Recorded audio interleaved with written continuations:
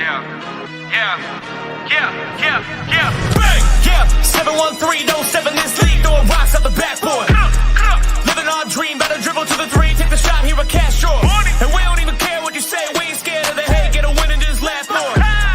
Stand in the paint, better clear out the way, hit the court with the black force energy. Every single week on a killing spree, you kidding me? You talk about winning with the epitome, you better be talking with peace and we locking the key on them. Know that it's rocking with Ryan and Donte, the drip guy, we beyond the gossip, the topics we talk on a pop, and we conquering the obstacles that we cross as a team. Shot from the seats, we the Rockets like Elon. It's the H-Town Rundown. Let's get started right now. Well, hello, everybody. This is the H-Town Rundown, Houston Rockets basketball podcast. We were supposed to go on yesterday, but unfortunately, your boy had some technical difficulties, we'll call it. I'm talking about me, unfortunately. So thank you for joining us today on this episode. We got Donte here, man, and we got AK here. So let's start with Donte. What's going on, play? It's good to have you. It's good talking about Rockets ball. Oh, it's always good to be on with my brothers, man, right here. My boy Press, going on 3 years strong. Oh, my boy AK, man, going on a year strong, talking about our Rockets. Feel good, but I don't want, do we really got to talk about Summer League, really? We really got to do it. So, but other than that, I guess we do, but shout out to y'all. Y'all my guys, man. Can't wait till next season starts, so, but we just find time to talk about some things for the Rockets, so. We won one game this year. We going places in Summer League. And it was nowhere, really. It was nowhere. There's not really much to talk about. But we got someone who does got a lot to talk about. What's going on, AK? It's good to have you. Man, how you know I got a lot to talk about, bro? I can tell. I see the dome. You always got a lot to talk something about. on your mind, So. Yeah, man. It's your man, AK Infinity. Follow me on Twitter /X at AK_VVS.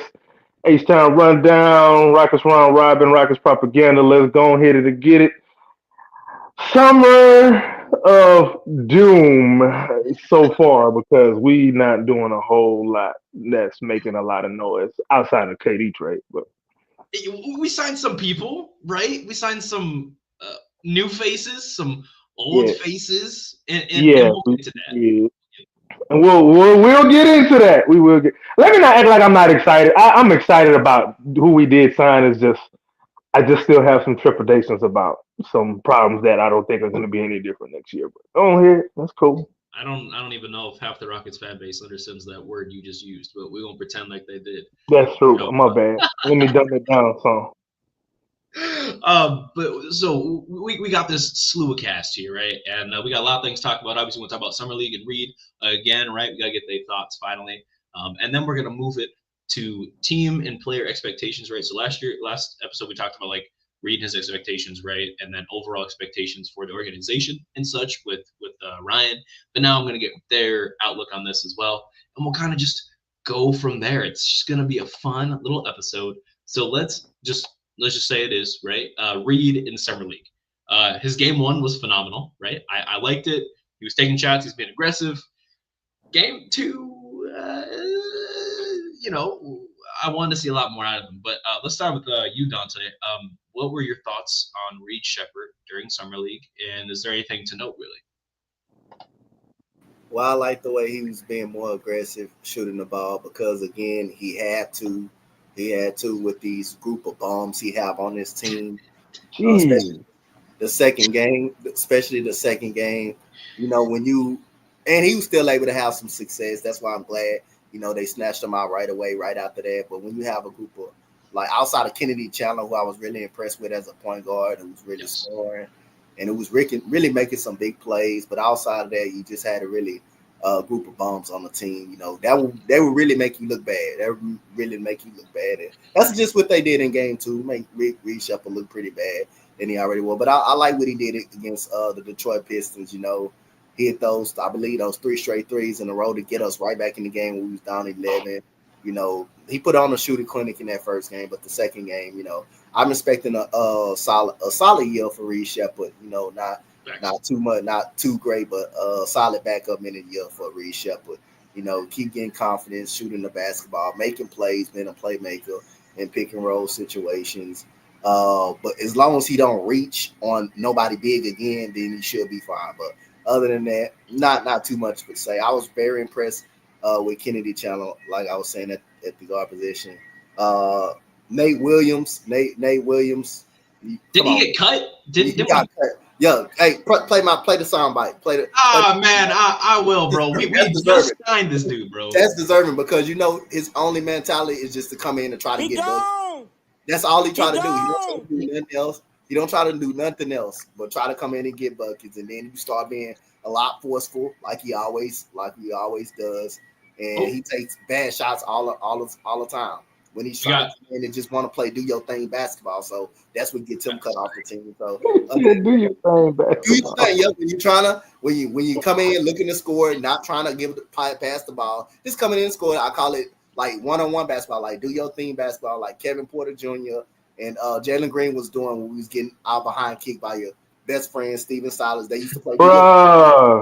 They used to play the do your thing basketball, like I always bring up. One-on-one, hey, you take your turn. Hey, your turn. That's why I feel like Nate Williams do. Every time he get on the court, score.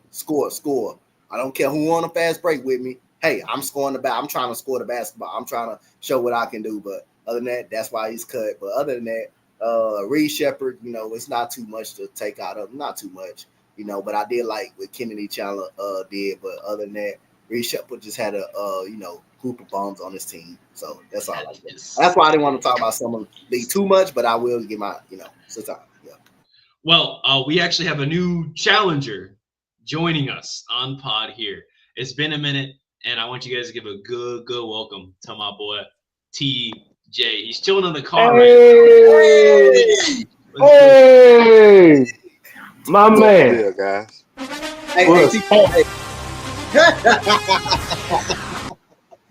Hey, I did tell a couple of Lamarck players that I'm coming to watch them. I'm coming to watch a couple of games this year. I did talk to them. They're gonna be good this year too. Yep. Hell yeah. TJ, introduce yourself and where can we find you, man? What's the deal, guys? This is your guy TJ. I am from the Clutch City Connect podcast. You can find me there. We're also on Instagram. You can also find me on Twitter at TJ Anderson NBA.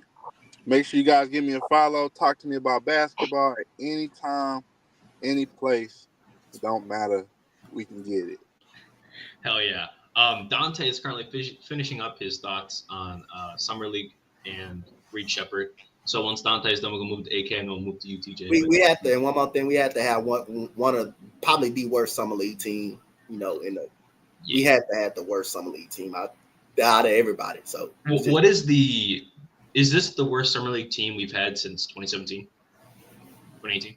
Yeah, easily. Yeah, because it's not even close. I think the best Summer League team we ever had was when we had when we had Royce White and Terrence Jones. I think that team was on go. I like the makeup of that team. Who Scott Machado was that his name, the point guard? Oh yeah, I liked him.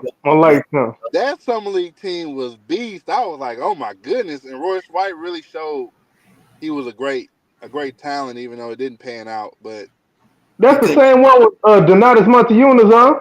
I think so. I think he was on that Summer League team as well. That Summer League team was stacked, man. Man. Even though Royce White couldn't get up on a damn plane, but yeah. Nah. That's what ruined his career. That's really what ruined his career. I think he was on pace to be a really good player. Yeah. He can handle a rock like a guard. He was 6'9". I mean.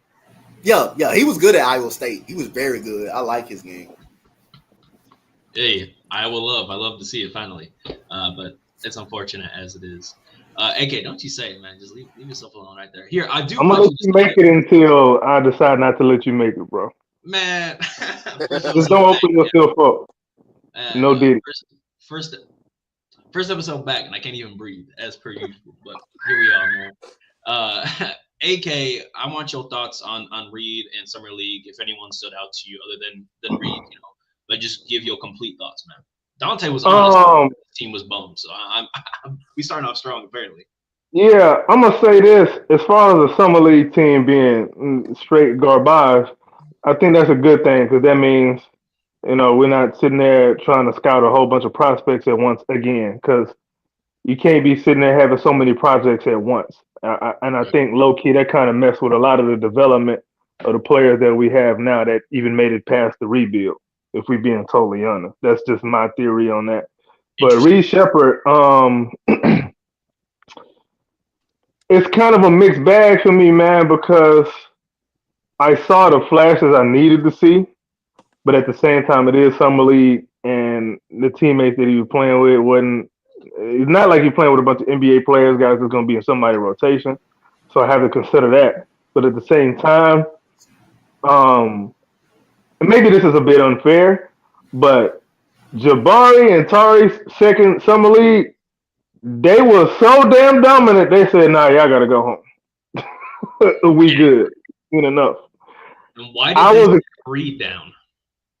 Why did they sit Reed down? Yeah, that's the real question is why did they say So, from what I understand, it sounds like it was because of their calf and everybody still having PTSD from Tyrese Halliburton. So, it's understandable. that's completely It's fair? understandable. So I would have sat him down too, but as much as I did like the highs, some of the processing, man, I do believe the processing would be a bit different with NBA teams. Yeah. But some of the shots he was missing was like, bro, these are the shots you're gonna be getting. You can't miss that. You can't be missing these butt naked threes, bro. Like, because AK, first of all, what's up? he was missing some of the same shots in summer league that he was missing in the regular season. Yes, So yes, he was. that's Very just true. to say. Again, I'm not a Reed hater. I'm just saying. Nah, you gotta just call it like it is. It's okay. It's, All right. And However, I mean, it's summer league, man. Sometimes in summer league, man, you don't really know what to take Yeah. super serious and what not to take serious because we saw Cam Whitmore's, rookie year summer league. Now he with the Wizards. I don't know if that's good or bad. So you know what I'm saying. And then he didn't have the best sophomore season with the Rockets for whatever reasons you may say. So I don't really know what to take from it, man. But I'll say this: I did see improvement. I'll say that. It looks like he does take a little bit more control of the offense. He's gotten better at that, being a little bit more alpha, a little bit more commanding. That's good, especially if you're going to be running point. more of a playmaker and floor general. Yes, yes, yes. His off-ball movement I thought was pretty decent too. But then again, who was going to get him the ball when he was moving off the ball? And so, I don't know how much to take from that. And then it looked like he's gonna be one of them guys that when he get hot, just go ahead and wrap it up. Mm-hmm. I like that. It's gonna be nice in the playoffs. Yeah, and defensively though, he's good at help. He's good at recovering after getting beat. The problem is he's getting beat. Yeah, you know what I'm saying. Again, it's summer league guys. Will it be better? And then that's another thing. He getting beat by summer league guys, even though he is playing with other summer league guys. But number 3 pick, I don't really care too much about the number, but people like to throw that out there. I'm gonna throw it out there. Number 3 pick. wow. I need all I need from Reed Shepard is to make Fred VanVleet sweat about his minutes. No diddy. He need to make sure Fred is sweating. You know what I'm saying? Either that or make Ime Udoka comfortable with Fred sitting. So it's interesting you bring that up, and I'm gonna circle back to that after TJ goes because I got a question for all of you that it's just, something. It's more of a statement, and I want your feedback from it for sure. Right. Any other standouts from summer league? Any player you were like, cool? We signed someone to a 2-way. I like that Harris kid. Yeah, come on Harris. Yeah, Kevon Harris. Yeah, I like shooters, bro. And hey, if he find his way somehow, some way in a rotation, that skill set would be very useful on this team, as we don't have enough guys who can shoot. Which I don't think is really true. I just think the process is bad. But then again, let me dumb myself down a little bit. Isn't Kevon Harris like 28? I don't care how old he is. If you can shoot the ball, you shoot the ball. That's true. Yep. That's true. I do not care. You last a long time in the league if you can shoot the ball. That's just He is right. 28 years old. This is his second NBA season. Just putting that out there. Averaged Yeah. 4 points, 2 boards for his career in 36 games, which is fine. Not saying anything against it, right? Just putting it out there, right? And I think that speaks to Ime's willingness to choose guys and give guys who are older more of a chance than looking for a project younger guy, right? I feel Yeah, like he want guys he can go boxing with. yeah, shout out Fred, but not just that. I think Ime is more focused on guys who are mature enough to want to win. Do what you want with that information, but I think that's a big thing that Ime is looking for specifically. So, but anything else? I know who that's a stray at, but we gonna keep it very very behavior esque. Is that a word? We're gonna behave ourselves. That's what we're gonna do today. I think. Just something that I'm noticing with the team comp for sure. A lot of players who know their roles specifically and are not willing to step outside of it. So just putting that out there. TJ, thoughts on Reed and Summer League? Anybody notable after Um, I feel like Reed Shepard performed quite well Reed? for the summer league. Bearing everything. I mean, you guys kind of know how I feel about summer league. I feel like it's it's more so for the NBA hopefuls than anything else, and just to showcase someone's newly prized pick at pick 1, 2, 3, whatever. I mean, it's just to give us also a little bit of basketball, since basketball has just ended with the Basketball crackheads, Thunder man. winning the NBA Finals. So it's just to give us a little taste of something before October. Um, so my thoughts on it, I feel like Reed Shepard performed quite well. But I do have some things that I am a little concerned of. I do wonder if the Rockets are telling him like, hey, you have to perform, or you see what happened with Jalen Green, you see what happened with Cam Whitmore. Um, I do feel like they gave him that talk. I do. He's gonna have to perform Yeah. this year. I feel like I have to agree with AK on a lot of his points. I think this is a championship or bust team, and they do not have the time to. Yeah, I'm agreeing with you, my man. I don't think they have the time to see if he's going to come with it or not. I think they're going to really Yeah.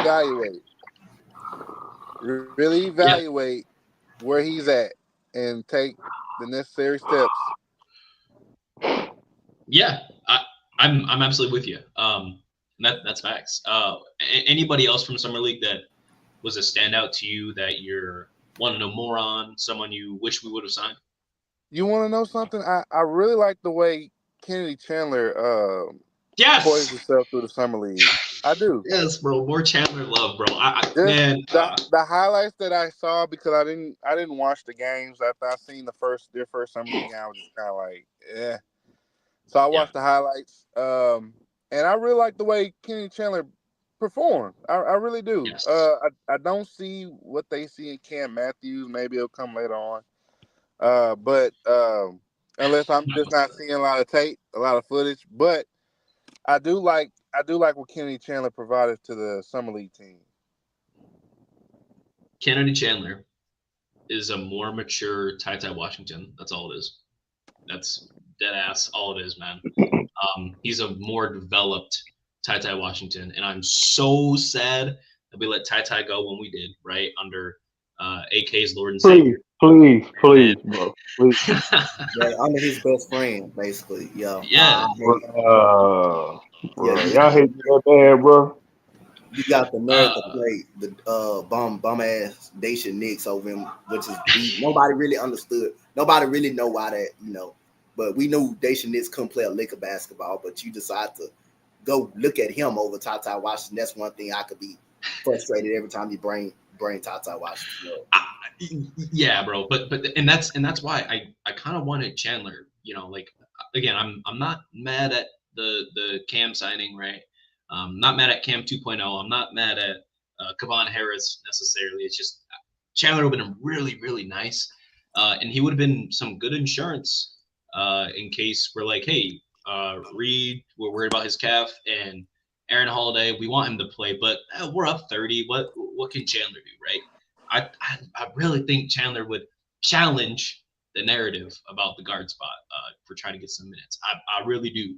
I think Reed is the gap between him and Chandler is like wide as of right now, but Reed has also, in my opinion, had more opportunity than Chandler, especially shown in the summer league against summer league guys. It's just, what's up, B? How old is Kennedy Chandler again? I think he's like 22. I look, but go ahead, Donte. Just like TJ said, and have I been saying, you knew what you were getting with Ime Udoka, first came to the Houston Rockets. You knew what you was getting because he said it right there in the press conference. I'm coming in trying to win. I'm coming in to change the culture. I'm coming in to make the playoffs. I'm not coming in to not coming in to deal with no babies or nothing. I'm coming in to change the culture and immediately win. So if you ain't out there performing the way you supposed to, you're going to be just like Jalen Green. I ain't got time to wait on you. You had 4 years. You had two of them was competitive years, and you still decide to wait to Christmas, after Christmas, to get going. We don't have time to keep waiting on that. Cam Whitmore, you want to run your mouth and be selfish, you're gonna get up out of here too. Plus, you were struggling at the beginning of the season. You couldn't shoot the ball into a wet paper bag. You couldn't shoot the ball in the toilet. So other than that, we ain't got time to wait on you. Same thing was gonna happen to Reed Shepherd. If you can't put no pressure on Fred VanVleet, or at least trust you that you can be in the game in crucial situations where Fred VanVleet is struggling, you can't put no pressure right there. You're going to be the next person that's gone. We're not going to have time to wait. Because as long as he made Udoka here, we're going to be competing. And he's not going to hesitate. He's not going to hesitate to, say, Raphael Stone, you got to get up out of here. Not going to hesitate to do that. Unless you Fred VanVleet. Then you the franchise player. Fred VanVleet is the only one. Fred VanVleet is the only one that can shoot 1 for 19 and stay on the floor the whole game and not get taken out of the game. He's the only one that can do it. I agree. I mean, in Ime's eyes, he's helping the double big lineup because we can get so many offensive rebounds every time Fred misses. So maybe that's bro. That is the thinking is, all right, so Fred's gonna miss a lot. Okay, cool. So we'll put Steven Adams and Şengün out there so we can gobble up those rebounds. Bet. They best friends. Fred VanVleet and Ime Udoka's best friend. They've been boxing together. You see, they out there looking like they've been boxing and all that. Real steel. They've been boxing together. They looking like Will Smith and Martin Lawrence, bad boy. They can go. Fred VanVleet can go 0 for 26 and he'll be in the game throughout the whole game. He'll be in the game. He ain't gonna get. And he's gonna get the last shot too. The last shot. If you have to take the last shot, he's gonna shoot it. Shoot it. We down 1. All right, Fred, go ahead and hit this 3. Just like Eric Gordon wanted to get the hell up out of Houston the previous year. You saw that shot that he took against the Kings. He knew he was down after that. He knew he said, I'm about to leave anyway. Why not just shoot this? Why not just shoot? Is that shot worse? I want comments. Let me know. Do you guys prefer Eric Gordon's final shot before he got traded or Jayshawn Tate's step back? Oh, Jayshawn Tate's step back was worse.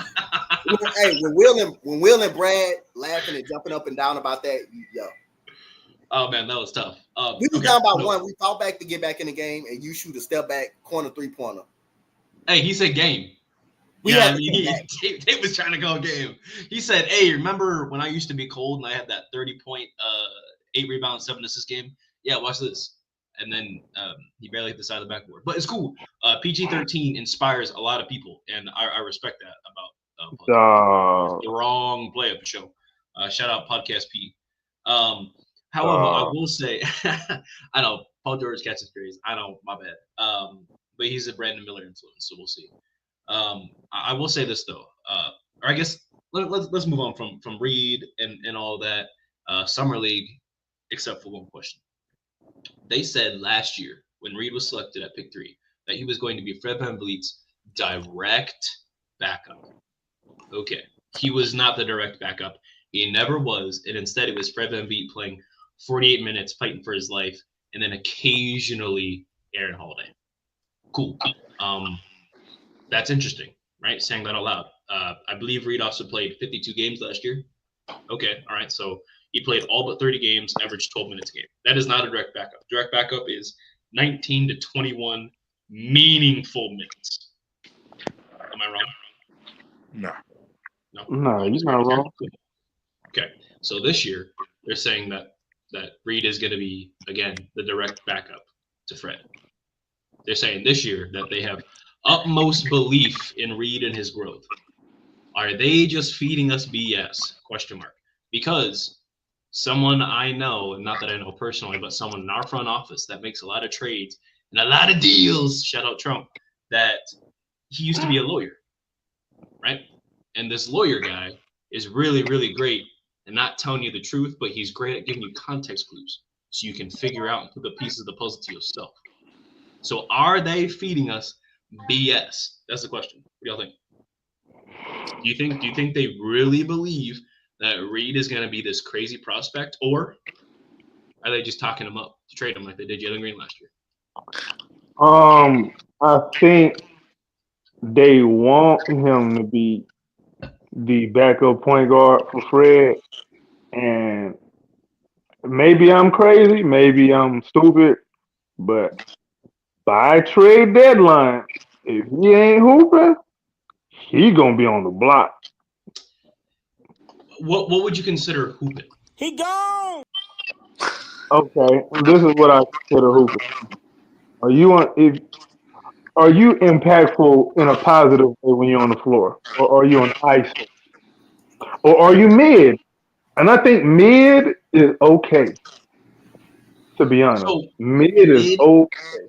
mid to me would be asking for 75% of D'Angelo Russell, but as a bench role. That is mid. Is that what you're asking for Reed to do? 75% is D'Lo. Not I not don't even not think that's not a lot. goofy ass D'Lo from Yeah, when I he's goofy, understand. but just D'Lo himself when he's actually a productive player. Are you asking 70%? Would you consider that the line? Yeah, I don't think that's asking a lot. You come into the game, you just be competent. You're not out there being the reason why the other team going on runs. You're not turning the ball over. You're not consistently getting bent over on defense. You know what I'm saying? It's stuff like that. And when you get your open shots, you know what I'm saying, the defense has to respect you. Like be a respectable shooter. Don't be Okay. just a guy who, you just I hate to say this, but you're the white guy with the ball. They expect you to shoot, but you can't really shoot. Be the guy. Just be a guy who is competent. Competent backup point guard. I'm not asking too much. Now, am I expecting that? I don't know. I don't know what to actually expect because the process I don't believe is going to be any different. I don't think the process is going to be any different because all we really did was get players that I guess upgrades from the exact same thing we was already doing, which what we were doing was not that effective anyway. So, I don't know, man. I don't know, bro. Don't get me wrong, man. I'm excited about the team. Don't let me get on a rant, bro. I'm about to go on a rant. I'm sorry. Leave me alone, bro. Next person, dog. Go ahead, TJ. I'm interested. Just bringing it back to Reed, right? As it was, as he and laying out over there. Just saying, like in general, um, do you believe what they're telling you, or are they trying to tell us something else without telling us? I think they're playing the field, and what I mean is they're half and half. It's like if it all works out, then it's like, oh yeah, it's all good. And then if it doesn't work out, like, oh well, it didn't work out. I think they're just playing the field here. They're being split on it. They don't really know. Do you think they're selling? They're trying to sell high on his potential? Because think about what we did. Think about what we did for Jalen, right? Last year they said we're not going to trade Jalen. We don't want to trade Jalen. We see him as a future foundation. Yada yada yada. Season ends. There's buzz about Kevin Durant, but it's hey, we're not going to give you Jalen Green. We would never do that. And then 2 weeks later they trade Jalen Green. You always sell high on any product that you have, regardless of if it's truly available or not. You don't ever, especially in the league where the league is a business, you never want to sell low on any young prospect that you have, because if you do, it shows some form of let's just say not having trust in the player. So you always sell high on your product. I mean, this is just business 101, regardless of if it's trash, true trash, or if it's a gold mine. You always sell high. So I think with Reed Shepard, it's just, hey, if it works out, it works out, and if it doesn't, it doesn't. We can sell high at the trade deadline, or if they feel like he's just not being productive at any point during the season, they sell high. And if he does perform well and he's shooting 42% from three or whatnot, it then it could say, okay, well, yeah, Reed Shepard was always a part of the long term plans, and we always felt like he could be the backup point guard, and eventually they're playing the field. This is just Raphael Stone being not only just a general manager but also a lawyer. See, I'm not a lawyer, and to quote one of my favorite movies, I'm not a smart man, but I can read between the lines. I'm really good at that. That's like one of the 3 things they teach out here in Iowa. And with that being said, you can't play a finesser. I know how it works. You can't finesse a finesser. Shout out Cash Nasty. But I appreciate that, TJ. I'm very, very. That's kind of what I'm thinking here.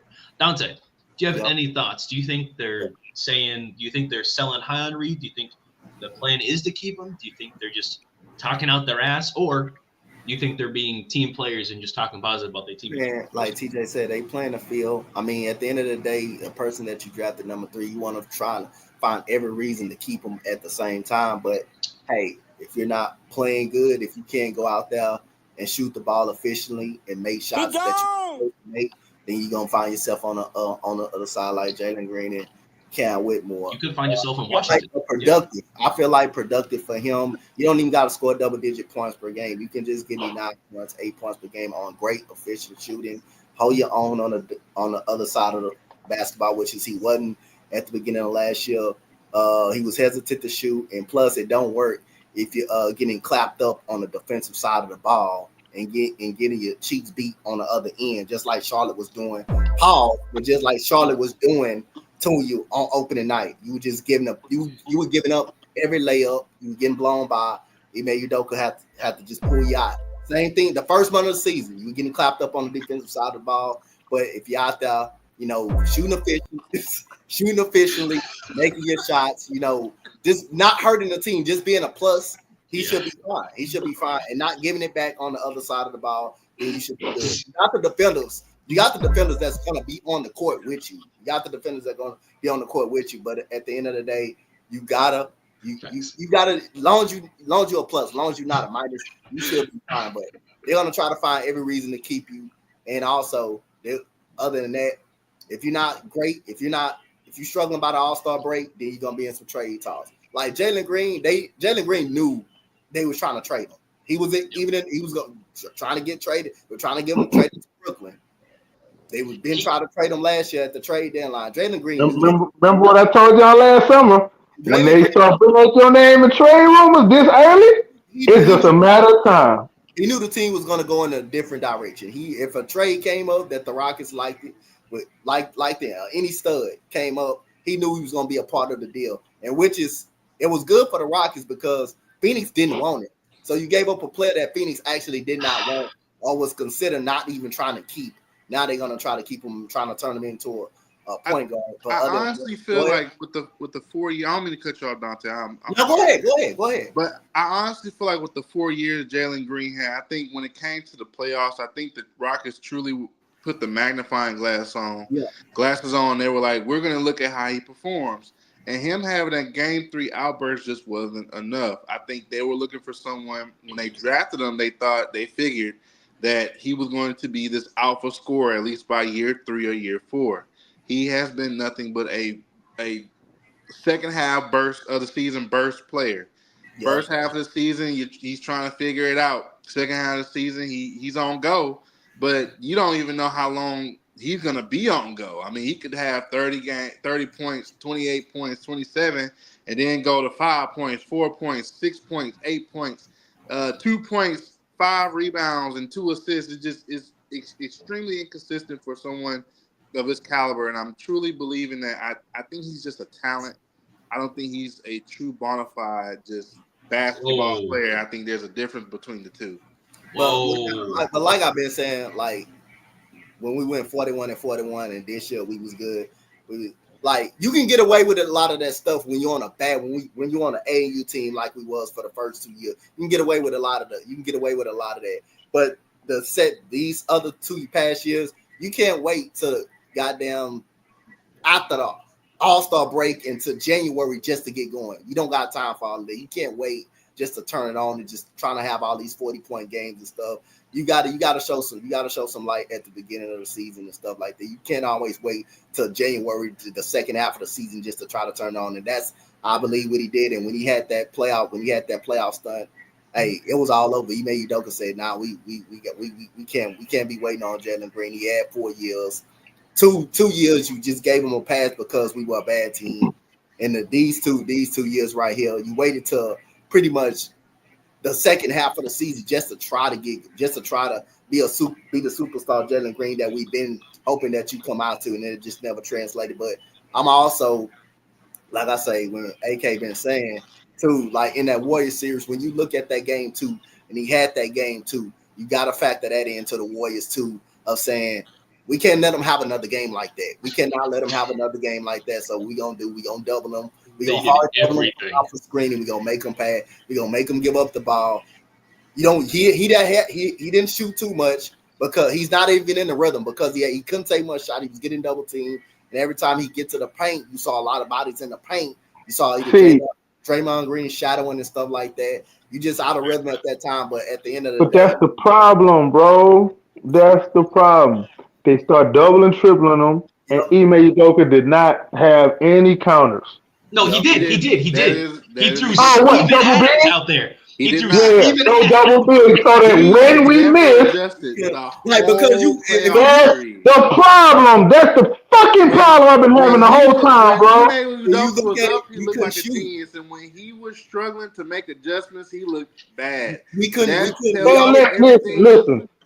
Let me tell y'all when I knew that Jalen Green was actually not that he was gone. When I knew Udoka was out on Jalen Green, bro. Remember the Minnesota Timberwolves game when we was up and Ant Edwards kind of just said, "Nah, we're not losing this game." What did Ime Udoka say in the press conference of that game? Do y'all remember? Yeah. He said it's nice that they have an alpha scorer, a go-to guy, something along them lines. It's not a quote, but something along them lines. An alpha closer, like a guy right in clutch. So that is him taking a shot at his entire roster, bro, and at Rafael Stone. It was at that moment when he was gone, bro. It was at that moment. Let's just keep it a beam, bro. It was at that moment, and that tells me. And let me. I ain't even done. It's that same Anthony Edwards. Do you remember what Anthony Edwards said when they played against the Warriors in the playoffs? After they were doing the same type of defense to him as they did to Jalen Green. What did Anthony Edwards say, bro? I've never seen this defense before. He said, "Shout out to Coach Finch for making adjustments and putting me in position to get myself back in rhythm." Ime Udoka's only, and I mean only, offensive adjustment is to put in Steven Adams so that when we miss, because we gonna miss, and we gonna miss a lot, Adams get the rebound, and we're gonna run the same broccoli offense again. That's gonna get us another miss, but you're gonna clean that up too. It makes the numbers look better. But then it makes it look like the offensive pace is faster than what it is. The hell it is? No. What we need to be looking at is average time on the shot clock per first shot attempt, not after an offensive rebound. I don't know if I can find that stat. If anybody in the comments can find that stat, I'll pay you if you can find that stat. But think about it, bro. Other teams we getting across half court at 16 seconds. Other teams is getting shots off at that point. Yep. And I'm not saying that we got to sit there and run the early 2000s Phoenix offense in 7 seconds or less. I'm not saying we got to do that. But we just taking our sweet ass time getting across half court. We playing against a set defense every time, and you expecting your young athletes who don't really know how to play NBA basketball yet to sit there and dissect a defense like that. That's not how they gonna be able to play, bro. And then you just try to cover it up by trying to go inside to LP. But guess what? You got Jalen Green on. You got Draymond on you. That's gonna make you work. That's gonna make him even work. Which is LP last year missed a lot of shots above the rim, and it was kind of hard to score on Draymond Green. So other than that, that really messed up. That really messed over Jalen Green. Like when he starts seeing all them double teams and stuff. And then every time he do go 1-on-1, you got Draymond Green on the elbow. You got Draymond Green on the elbow. You got Kevon Looney on the elbow. So it wasn't really a 1-on-1. They was really playing like a boxing one on Jalen Green, bro. Come on, dog. You playing a boxing one in the NBA? All right, bro. Offense, if you go by one, you can go. Okay, I can go by. I got Steph Curry on me. I can go by Steph Curry, but you looking at I got Draymond Green on the elbow. You looking at the second level, bro. Whenever you go on 1-on-1 in the NBA like that, bro, in the team concept, it's not necessarily always 1-on-1, bro. You looking at the next level, bro. Like you're not going to be driving into another person. Like you're not really worried about your man. If you Jalen freaking Green, probably the fastest man in the damn league, bro. Like you're not really worried about Steph. It's not that you can't get by Steph. It's not that I'm trying to figure out this second level because my offense is not structured in a way that can take care of that second level for me and let me make a different read or an advanced read out of that. Shout out. It's just, hey, just go get me a bucket. That's all. No, nigga, go run a damn offense, bro. Piss me off, dog. I can't, bro. You look at it. If they collapse on me, I don't got the shooting at the same time to even stop that from even happening. So it's no problem with Jalen. Shooting? What's that? You said like just shooting to make shots to keep them. Hey, the dude that was making shots, Jabari Smith Jr., he on the bench because we got to have Steven Adams in the game so that he can get these misses. He didn't play a lot. Now I thought Jabari should have played a lot because he was making shots. That's why he didn't play, is because he making shots. Yep. Is that yeah. TJ, how much longer you got, my boy? Is this about it? This is about it. Appreciate you for jumping on, my man. Do you have any final words before you get out of here? And when you do, let us know where we can find you. Final words, man. I gotta say, honestly, for one thing, I gotta say, I believe everything AK said that was on point. Everything. And the crazy thing is, AK don't lie, man. I needed that on a shirt. AK don't lie. Hey, he don't lie. Hey, I might need to find a way to merchandise that, bro. And you do, but you know what I'm saying? Like I gotta say that the offense is gonna look a lot better now because now you have Kevin Durant in there instead of Jalen Green, right? Yeah. So it's gonna look better. And now you have this alpha scorer. I'm not gonna say that he's not. He's always been an alpha scorer since Kevin Durant was in AAU on the AAU circuit. He's been an alpha scorer. But it's gonna be the same thing this year. It's going to be the same thing this Extrapolate year. on that. What do you mean? So what I mean is you're gonna get the same product, but it's gonna look better. This is on the sell high. That's the only thing that is going to be. It's going to be a better product. And I know why AK laughed but when you look at it, the offense is going to change. It's the same coaching staff coming back. It's the same people. It's the same defensive mentality. It's the same offensive mentality. They talked highly of Steven Adams, saying that we want him to play more. And we signed Clint Capella for a reason. Anyway. Hey, if someone misses it, guess what? You're going to have Clint Capella and Steven Adams in there to go get the rebound, clean the glass. Because they know we not running an offense that's going to get us good enough shots to where we know we going to miss these shots. So, hey, just going to clean this up for me. Guys, I plan on going to a couple of Rockets games next season.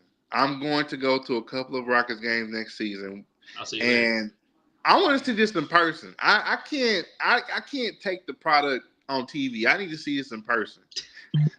Because it's gonna prove AK right. This is championship or bust, man.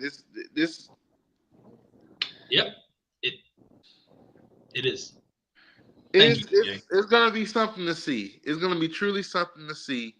And all these guys that have been talking, especially talking down on AK, me and AK, we are boys here. But everything AK has said on Twitter has been proven accurate, has been proven right.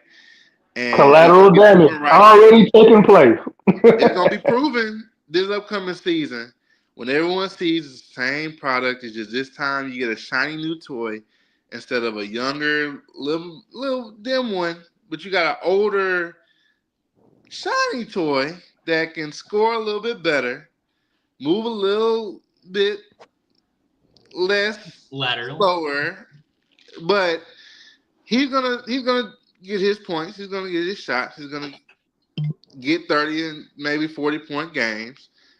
And we still might have close games. I'll give you guys an example. The game I went to, the Rockets versus the Suns, Kevin Durant was literally playing with AAU. I mean, not AAU. G League team, G League players. They had Ty Washington on the roster. I mean, whole nine, and they barely beat them. They barely beat the Suns. You talking about the No one where Devin Ball Booker. was in the starting lineup? They had Bol in the line. No Bradley Beal. No Devin Booker. Yep. A lot of players in their starting lineup was missing. It was literally a G League team and Kevin Durant, and they hardly beat that team. So that goes to show you, hey, But you got to remember, bro, Phoenix plays a lot differently on offense. They play a lot more free flowing on offense. Our offense is military tight booty. You can't do nothing outside of this. Like, come on, bro. we gonna see how military it is when we see Kevin Durant taking majority of the shots with Fred VanVleet not following far behind him. So And you got to remember too, bro. Like, okay, look at the shots that Jalen Green was taking last year, bro. Somebody got to take them type of shots. Kevin Durant does not take them type of shots. Kevin Durant likes to operate out there mid range, the same area Jabari operate out of, the same area Sengun operate out of. So we're gonna see. If the process doesn't change, nothing else will, bro. That's my only problem. Forget who the characters are in the game. The process need to change, bro. It's not gonna change unless they get an offensive mind coordinator that is gonna ensure that this team functions and flows properly. But guys, I think you should get a point guard, a real point guard, not a Fred VanVleet. I'm gonna leave that alone, guys. It's my time. I appreciate you guys so much for having me on the podcast. This is your guy TJ Anderson. You can find me on Twitter at TJ Anderson NBA. You can find me on Instagram at Clutch City Connect YT, where Clutch City Connect is back. And we're going to have some episodes coming, so make sure you guys stay tuned in. My guy AP, he's on vacation right now. I'll be on vacation in about 2 weeks. But it's going down. We got Lionel Hollins coming on the show pretty soon. We got Coach Anthony Fobbs, Sam Houston State assistant basketball coach coming on the show pretty soon. My guy Brian McCormick, who is a huge basketball coach. He's coached overseas. He's trained a bunch of players. He's coming on the show. So also got my guys on this podcast coming on the show as well. So make sure you guys stay tuned in and locked in with Clutch City Connect. Like, comment, subscribe, find us on YouTube. That is my time. I appreciate you guys so much. Thank you, sir. Appreciate it, man. Go Ball TJ. Appreciate y'all. That's that, man. Yeah, I wanted to bring up one more thing. Yes. And the reason why the Rockets were able to get out of that game, is because Phoenix was getting clapped up on all year. They got clapped up on the defensive side of the ball. All year. They were a very great offense, but they were a bad defense, a very poor defensive basketball team as well. So they got clapped up pretty bad on the defensive side of the ball too. That's why they were actually bad. I was talking with Dante, and this is kind of a side thing, right? And I want your thoughts, okay? I'm saying that this is probably the best or second best defensive team that Kevin Durant has ever played for, while also being the worst or second worst shooting team he's ever played for at the same time. What are your thoughts on that? Am I right?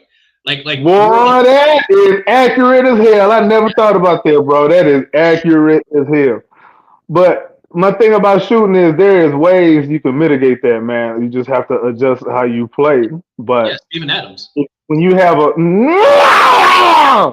I'm sick of that, bro. I'm sick of it. Don't get me wrong. Don't get me wrong. The lineup works on a pinch, but if you, it's almost like he uses that lineup as a crutch, and that's a Listen, problem.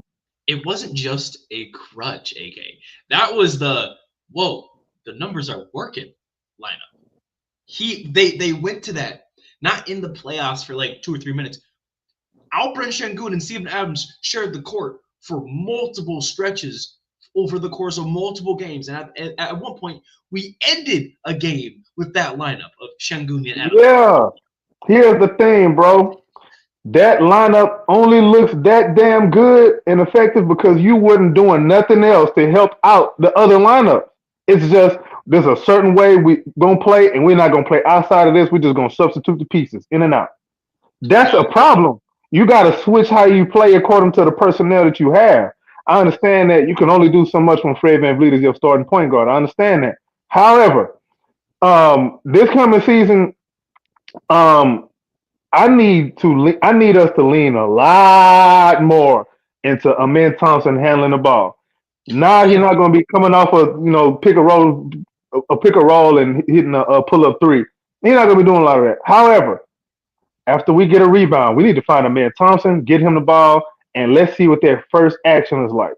Let's force the issue. If nothing else, we're gonna force a mismatch. And we ain't gotta run that old broccoli ass offense to try to get Fred Van Vliet open on a pull up three. I'm oh Lord, it's bad when Icy starts saying things like this because it's crazy Jesus because Christ. Ime probably thought about it too. He said, "Man, what can Ime really And, thought and, about this?" and don't get it. Let me just put this out here right now. Right now. See, I don't think some of y'all in this fan base is really thinking like I am. Do not be surprised that if at some point, and I mean at some point, don't be surprised if Steven Adams cracks the starting lineup and they start with that double big garbage. Don't be surprised if that happens. See, Jabari gonna start off the season again like he did last year. Ime gonna find an excuse to bring him off the bench. Jabari, you can't be breaking your hand, bro. We know that makes you come off the bench. Isn't he? Isn't he gonna come off the bench? Right? Because He the might start get moved. He might get traded with Reed Shepard in February because for who God knows, maybe somebody who else can not shoot. Like we're gonna trade people who can shoot for people who can rebound and not shoot because we know we're gonna miss shots anyway. So we just need more rebounders so we can just get all the rebounds. so how did we not sign Ben Simmons? That's nasty. Like we want a guy that can rebound, play make, and not shoot. Like you know what? That wouldn't even have been that bad because he can rebound and go. Yeah. I ain't gonna lie, bro. I'd have been open to him playing backup center. You know what I'm saying? Ben Simmons, but then you kind of limit the type of lineups you can run because you can't. I don't never want to see him, LP, and a man on the floor at the same time. I didn't Because think that Amen, Adams, and Şengün would work, and here we are. it only look who they played it against. Look who they played it against, bro. And ask you, like, think about it, bro. You put yourself at a major handicap. You're gonna play three non-shooters, three guys who you know ain't gonna take no damn 3-point shots. You got two dudes, and the other two is questionable if they're gonna make the threes that they take in the first place. Now you put yourself at a mathematical disadvantage because you playing the Warriors, and they gonna get them up, and they gonna make them. I'm with you. I'm with you. I'm just poking at you. Like, yo, bro, like every time I think about this, it's very frustrating because as much as I like the pieces that we have and the players we have, I think the process is still gonna be wrong. So, you mentioned signing players that can't shoot. and lineups and whatnot. Who'd we just sign recently? Josh Okogie, another pure Ime Udoka guy. He can't. And He pretty much Jay Sean Tate with better handles. Josh Okogie, right? I was like, man, I thought he was like a shooter. You know, like I don't know why I thought this, but I I don't know why you thought that either, bro. And I think because the year that I paid attention to him, he shot 39% from three, right? One season he did. I went back and looked at his numbers. Guess what his career 3-point average is? Just guess. 32. Dante, what do you think Josh Okogie's career 3-point percentage is? Take a guess. 30%. 29. Wow. Lord have mercy, that is an Ime Udoka guy if I ever seen one.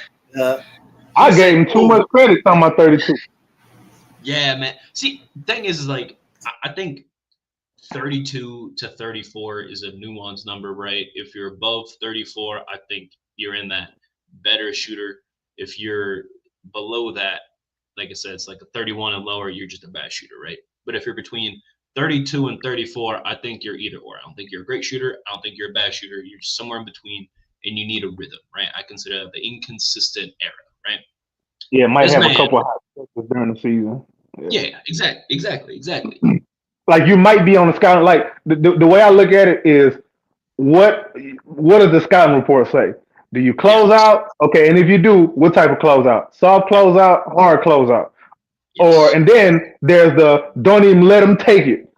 That's your your Steph Curry's, your Klay Thompsons. You know what I'm saying? You guys like that.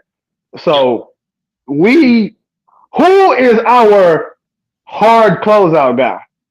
We got a bunch of soft closeout guys. Who is our hard closeout guy? See, this is why I look at the game very different, bro. I don't look. You can look at it from the numbers all you like. I'm looking at it from a scouting report perspective. Kevin Durant. How do you make the defense react? Okay, Kevin Durant is anywhere he is. You don't even want him to get the ball. All right, cool. We got KD. Now there is still room for guys like Jabari to get their percentage up. There's still room for guys like Tari Eason to get their percentage up. There's still room for even Alfred Sengun to get his percentage up.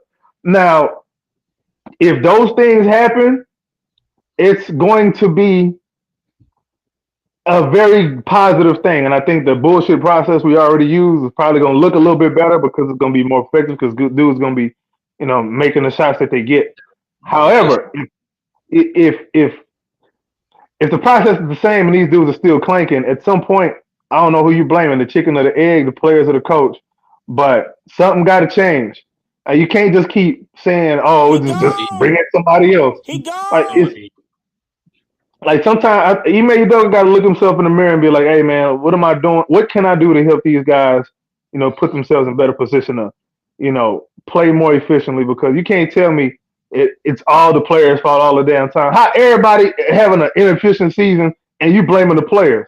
If everybody having an inefficient season, you got to look at the coach, bro. What did you say? Something about looking at some sort of process? Look at the process. Right. That's the answer. That's why I'm saying look at the coach. Watch the process. And the process is going to be a little bit different, I think, this season because when you have a Kevin Durant, it kind of forces that. So a lot of the offense, I believe, is going to be run through KD in that like high post, elbow-ish, not even top of the key sort of sometimes. When it's game time, he's gonna be top of the key.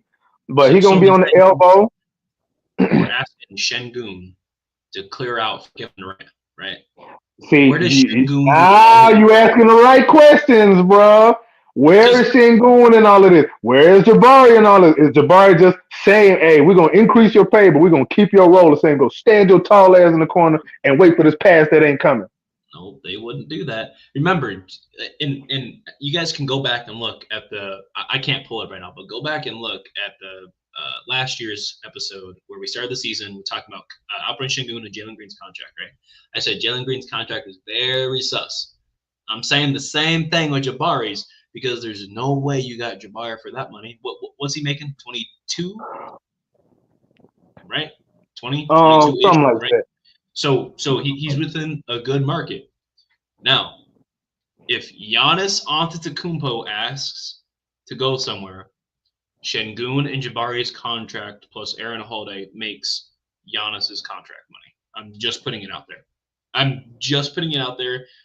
We're sending over, I think, $4 million more in a Giannis contract. And I they hear you. stretched I out see where Dame's you're going. contract. They stretched out Dame's contract. So that means they have extra cap space. With everyone they signed, they're under the second apron. You can rebuild Milwaukee in one move without having to trade any of the other guys except your main piece. I'm just putting it out there. And what we say about Kevin Durant, all right, we want to build pieces to win around Kevin Durant. Who has Giannis Antetokounmpo worked out more with? Because Giannis doesn't work out with any player except one retired NBA Rockets player. Just putting it out there. He goes to Greece to work out.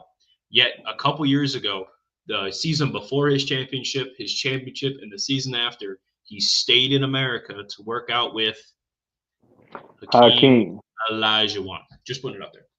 There ain't no coincidence. I don't believe in coincidences like that. As much as I hear you, bro, I really do. Giannis is most effective with a center that can shoot threes. Oh, I didn't say it was going to be perfect. I didn't say that we was going to work over here. I just said we're going to start Steven Adams, right? So he can clean up every miss. Again, that's the process. Whatever works. Unless we're going to throw Giannis to center. Giannis going to play center. He said he don't like playing center. You know what I mean? So I'm not saying how, I'm not saying when. But like you said, if people are missing, things are going right. Names are going to be thrown around. And Giannis has been collateral damage. And this is why I'm saying we must win it's best case scenario we win a title in year one. Yep. But it's worst case scenario we don't win no titles with KD because again, we got 3 years, the clock is ticking. He ain't coming back to the NBA again after that 3rd year. He is gone. His contract come off the books. We can't recoup no assets after that. It is over and done with. If you think for 1 second that we don't win a title in year one and we bring back the exact same roster, I present to you a crackhead. You gotta be on. You gotta be on that. What you call it? You gotta be on that. What's that drug they used to sell on American Gangster? I forgot the name of it. Ow, man, I don't know, bro. Look at me. You think I know that? Blue something. You smoking something? You smoking something that you don't need to be inhaling? Galaxy gas. You inhaling something that's not oxygen. That's a problem. And you drinking something that ain't water.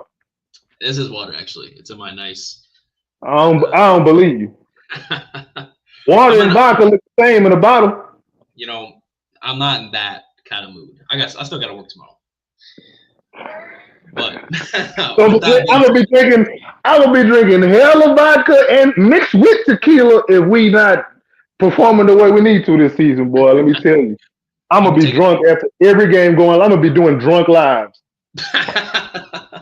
Oh man. So we talk about the team, right, and some expectations here. I do want to pivot a little bit, right? I don't want to focus too much solely on just Kevin Durant in this scenario, right? Because at the end of the day, like I think we said what we need to say, right? I don't think our opinions are going to change unless maybe some opinions are swayed. Yeah, you know what I mean? Like that'll just happen, and we won't know until game 15. I don't think. Like I really think it's going to take that long before people's opinions start to either really form and take fruition, or they start to sway one side or the other and start agreeing, or for some reason, maybe more disagreeing, but we'll get to that at some point. So I want to talk about something that's mildly important in the NBA, right? It's kind of new. It's called the NBA Cup. Is that something at all in any way y'all are even interested in giving a heck about? Because my opinion, I think it's like cool. You know, I think the idea of it's cool, but I don't think it means anything for no one's legacy or any team if we win or lose, to be honest. Do y'all have any thoughts on that? My thought on that is I want to win everything that there is to win. I like to win. I mean, winning breeds more winning. It creates confidence, especially in these young guys, even though they're not all that young no more, really, Two to be honest. that have won it. The Lakers, how far did they go? They ain't do shit. Cool. And And then then who was the the other one? Bucks. Milwaukee. The Yeah, Bucks. yeah. I mean, it would be nice to be the first team to win the in season tournament and the NBA Finals at the same time. That'd be cool. Sure. You know what I'm I'm saying? yeah. Yeah, You know, it's gonna be a first for everything. Somebody gonna do it eventually. You know what I'm saying? It'll be nice for us to be the ones to do it. But I want to win everything. Whatever it is to win. If you won the in season tournament, I mean you won. You won something. Like you had to win games to win. it would be a confidence boost for sure. Do you think with the young guys, and I'll get Dante's opinion here in a second, do you think the young guys would maybe become overconfident in any way, right? They could we won our first blank because we've got a division title, right? And that was cool, right? But then that was it. Now do I think they're gonna be overconfident, or do I think it'll be a good thing for them to be overconfident? Do you think they will be overconfident post win? Say we Um, win the cup. I say yes, and I think it's actually a good thing if they are overconfident because I've not seen them actually be overconfident because of reasons I've expressed time and time again. Okay, and So that's fair. That's fair. Dante, what are your thoughts on the NBA Cup for us? Do you care about it at all? Do you care about us winning it at all? What are your thoughts? As long as we win, and that's what I care about. I don't care Hey, if it's the hey, NBA Cup. that's classic. I like that. I don't care if it's the NBA Cup. I don't care if it's a horse race. I don't care what it is. As long as we winning, that's what I care about. And it's good yep. to be. It's good to be like good to be confident. It's good to be confident and stuff like that. And we got the coaching to coach the guys and to not to be confident, too overconfident, and not slip, not let the NBA Cup just get over our heads and stuff, and just continue to win basketball games. I think we also got the leaders in the locker room and a team that kind of knows. But yeah, anything that's in the way that's dealing with winning, I'm okay with it. Okay, okay. All right. Next thing here, because we're gonna rapid fire these things a little bit. Um, Seating. When are you looking at the seating and you're saying, "Oh shit," right? Say, or I guess not like when, but what seed are you saying? "Oh shit," right? We're gonna say post All-Star break. What is the minimum seed we should be, Dante? We Post should All-Star be break. we should Minimum. be anywhere between two to the three seed. Okay, No so lower, anything no lower lower, than no lower than that. No lower than okay. that. We got to be up there. But we So been, if we're the sixth huh? seed, No, if we're the no, sixth no, seed, no, no, no, no. Not even fifth. You can't do it. No, no. I'm not going for that. And trust me, just like I said before we got up on here, be ready to be clowned, especially from our, like AK said, from our own fans. If we anywhere between that area, I'm expecting if we're a healthy basketball team, and everybody's playing, people, we know we're gonna have some people that's playing through injuries or that's gonna yep. get injured. You can't go a season. Nobody can really, at least like us, if you're Jalen Green, something that he has be able to do is stay durable and stay on the court. But we know we're gonna have some guys being injured and kind of miss some games. But as long as you're a healthy basketball team and you're on the court, I expect you to perform like no more than a two to three seed. Or if you have one, you could, but no more than a 2 to 3 seed. If this is a healthy basketball team, anything lower than that, kind of lower than that, you know, sixth, fifth, or you cannot, especially with no healthy basketball team. Facts. I'm 100%. I'm with you. I think we're gonna have some uncomfortable conversations if we're, especially sitting at that 6th, 7th seed right there. We're gonna have some uncomfortable conversations for sure. It's gonna be some dudes in that trade block, boy. Yeah, I'm absolutely with you. Something that it kind of reminds me of is we traded health and Jalen Green for wealth and Kevin Durant, but that's something to talk about for later. I AK, like. yeah, we traded health for wealth. AK, what are your thoughts? What's the minimum seating post of like right after the All-Star break ends, right? What's your seating, and when are you sending the alarm bells? I'm looking at we're gonna be either between 1 and 4. The reason I'm saying between 1 and 4 being the lowest is because I do expect a bit of an adjustment period over the first I want to say about 25 games. That's fair. It Yep. may look a little.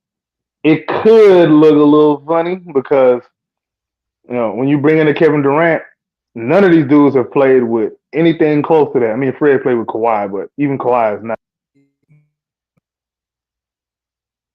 Oh, your mic cut out.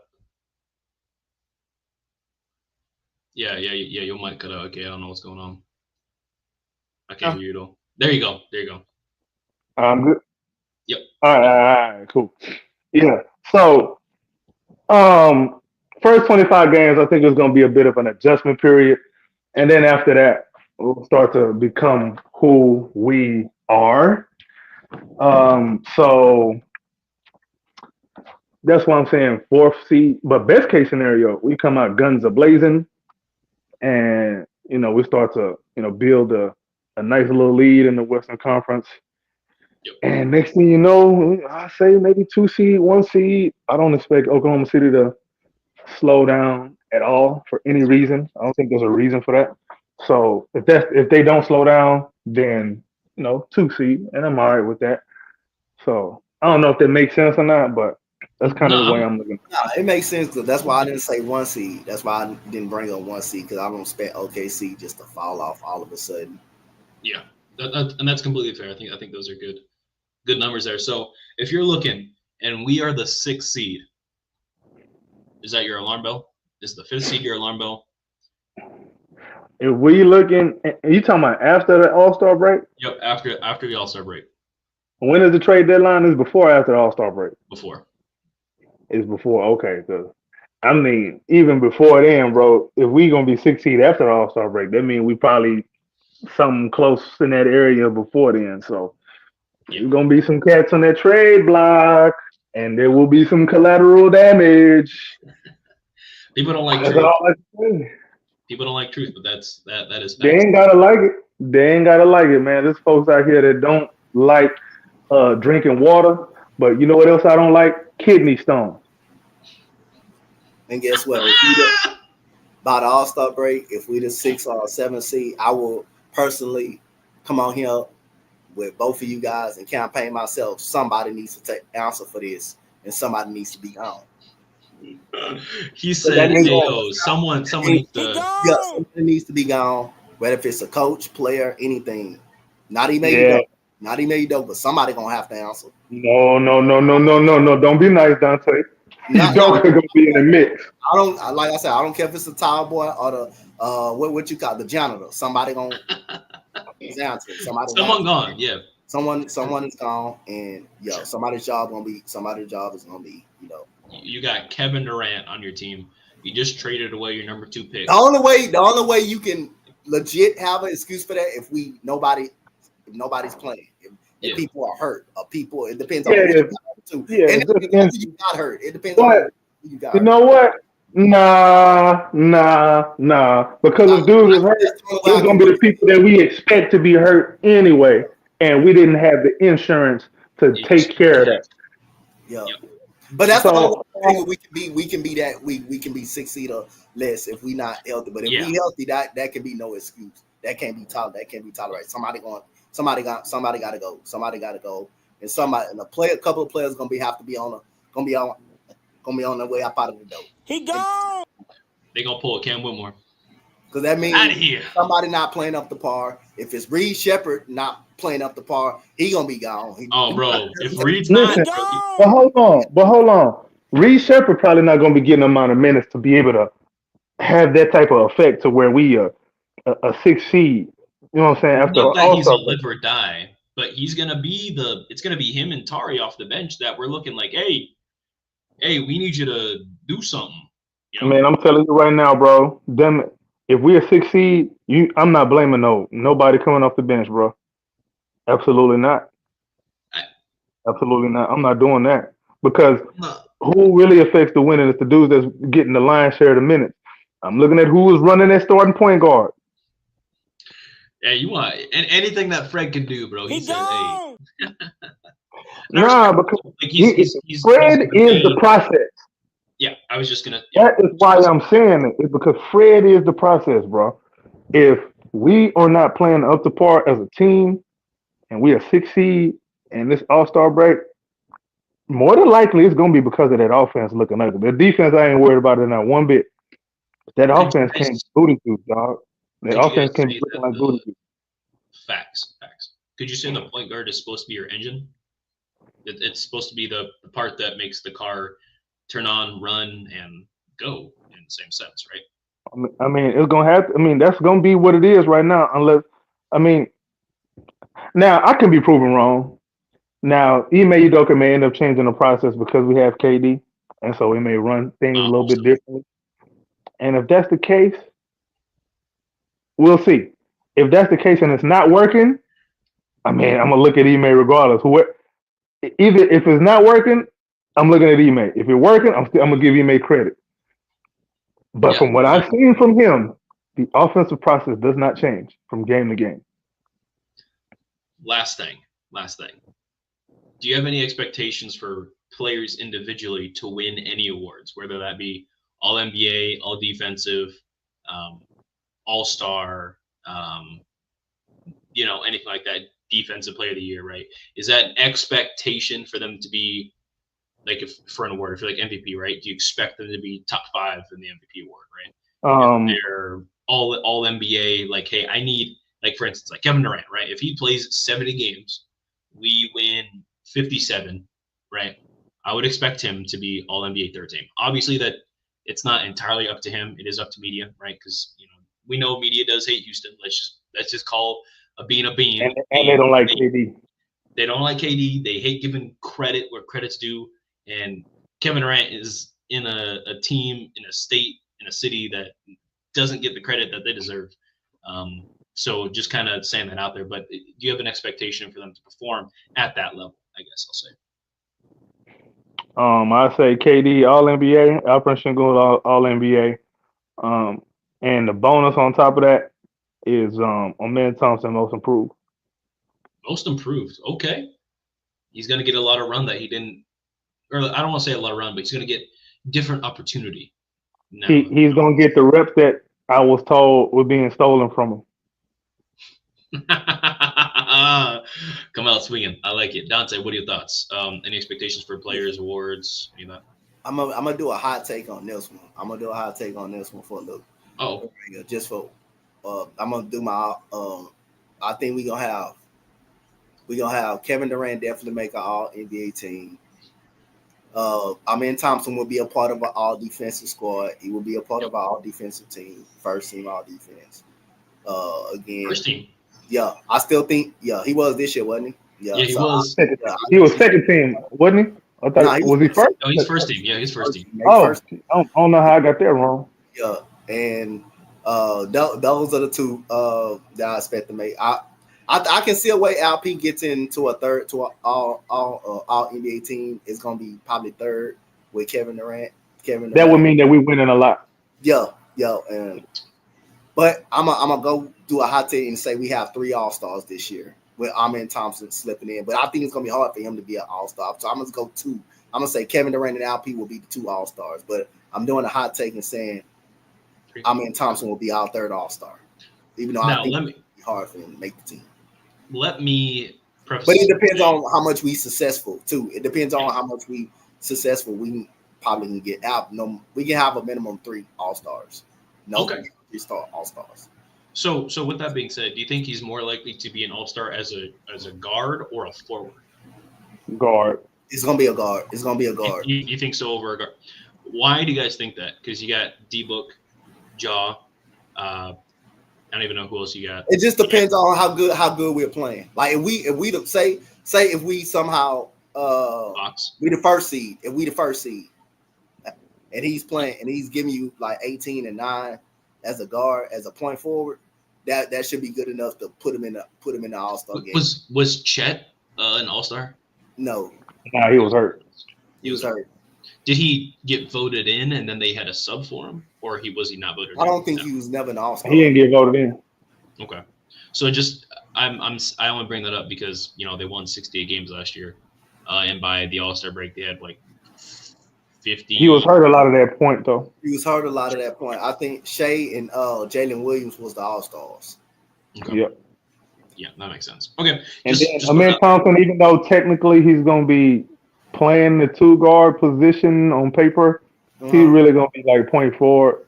But if he's going to be playing at the 2 guard, yeah, he's going to have some guys in front of him because the West boy. Like the front court in the West is gonna be hard to even make the front court side of the West. Yeah. It's gonna be hard to do the front court. Bro, all the best players are in the West, bro. Everybody runs from the East. Yeah. All the best players in the West, man. If we was in the East, he definitely make it. He definitely make it. He makes it. Yeah, for sure. He makes it. He definitely makes it. It's no. Hell, Alperen Sengun to be a animal in the East, boy. If the Rockets was in the East, we winning 60. But don't you know how many? If he was in the East, we can. He's a first team. He down there second team, first team All NBA player. Last year, we actually had a better record against the West than we did the East. Just putting that out there. We won, I think, like 8 more games in the West than we did the East. If we was in the East, we in the champ. We probably winning the title. We probably. We going to the finals. Yeah, we probably on the road to the finals. Hey, that's. I don't know. I think Indiana would have got it. No, especially this year coming up when you got Indiana hurt, when you got Boston hurt. Yeah, this year, yeah. Last year, Indiana would have got us last year. We can barely beat Brooklyn as it is. We got our ass beat by them. We would have trouble against Indiana, but I still think it's a way we can make a conference finals in the East. You said it's a way. Yeah. What way is that? I just have trust in our defense. I just don't think the East is that it's loaded in the West, more loaded in the West. I just think it's that one matchup. Yeah, I feel like Jabari will get more run. I just don't think it's that strong outside of 4 teams. Really, I just don't think it's strong. Hey, that's facts. So next episode we're gonna kind of continue this, right? Because I feel like there's a lot more team expectations that we need to consider, right? More than just that, like path to a championship. I do want to touch on that, especially since we got KD. We haven't been able to really talk about that to its fullest. So next Sunday, right? Obviously it's Monday. So this upcoming Sunday, we're gonna run another episode. Same topic, I know, but we got to get it out there, man. We got to get our word out there. So I appreciate all of you for joining us today. All 400 of you. I'm not sure why all 400 of you not subscribed right now. So please go to the H-Town Rundown YouTube channel and go subscribe, please. We're at 687 subscribers on YouTube. We should be get us to 700, right? Pump us up 700. We love it. We'd appreciate it. And our 7,000 subscriber, I'll buy you a Kevin Durant jersey. How about that? Personally, I'll get you a KD jersey for a 7,000 subscriber. Yeah, viewers just went up by 7. Yeah, I see you. Go ahead, go subscribe to the YouTube channel. I appreciate all of you. H-Town Rundown at YouTube, the H-Town Rundown on X, as well as TikTok. We got Unk AD running the TikTok channel. He's actually doing a good job out there, so check that out too at the H-Town Rundown. And check out the Instagram, H-Town Rundown, man. You can follow me at drip2piece_GAWD on X, YouTube, as well as Instagram. Donte, my brother, man, it's been good having you. I'm so glad we don't have to talk about Smiley no more. For some reason, we keep bringing him up, but I think he's just like embedded. The first time we had episode, AK Brown go, all of man, how's you clapping and we losing by 40? How'd you? Josh Christopher walking over, hitting man. Wow. And then it's just like it just brings so many memories back to when me and you started press, and then you just knowing we gonna come up on every podcast. We know we gonna come up on here and get ready for. Bro, I was crying. We gonna lose the game. It's like matter is how we gonna lose a game. We gonna lose it in the third quarter. We gonna give it up in the third quarter. We gonna give it up in the third quarter while we had a lead. Or we gonna just either get blown out and have no opportunity. So get blown out. Then you got Eric Gordon sitting on the bench. Everybody arguing. He just gonna still sit down. And then the Sacramento game, he just say, I'm out anyway. Why just go ahead and just shoot this? He said, F it, I'm shooting that thing.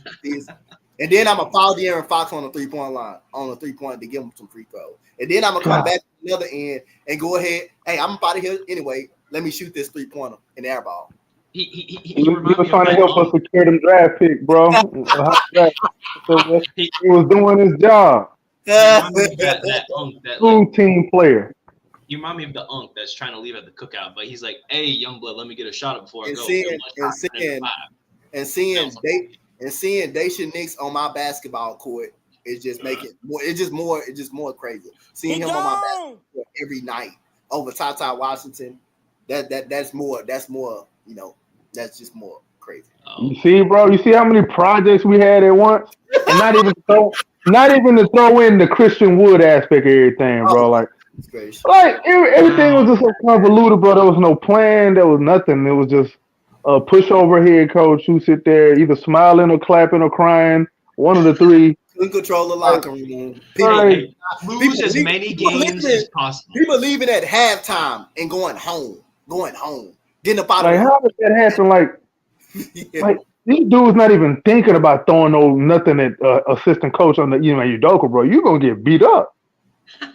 Oh, you gonna get in put front out of your girlfriend. You saw what happened to Ken Whitmore. Ken Whitmore made one comment. Ken Whitmore made one comment. You're not gonna play again. That boy got banished. But Donte, man. I ain't gonna lie, bro. I think we could probably do a show on the expectations for like Jalen Green and Ken Whitmore since they gone. We could probably do that. We probably could. Yeah. It's fun. We don't think about that. Maybe we should make it a Rockets Round Robin episode. Yeah. Hey. Yes, bro. It would be fun. Donte, man, finish though. Where can we find you, man? And again, it's always good talking Rockets ball, brother. Man, y'all can find me at Coach Donte 5 on IG. Y'all can find me at that Rockets guy on X. You already know. At least you talking to somebody that know how to win championships like myself. Yeah, Donte. Win championships. Other than that, yo. Let me call you, man. Even call the front office. Call. Yeah, because we need your help on that offensive staff, bro. Jesus Christ.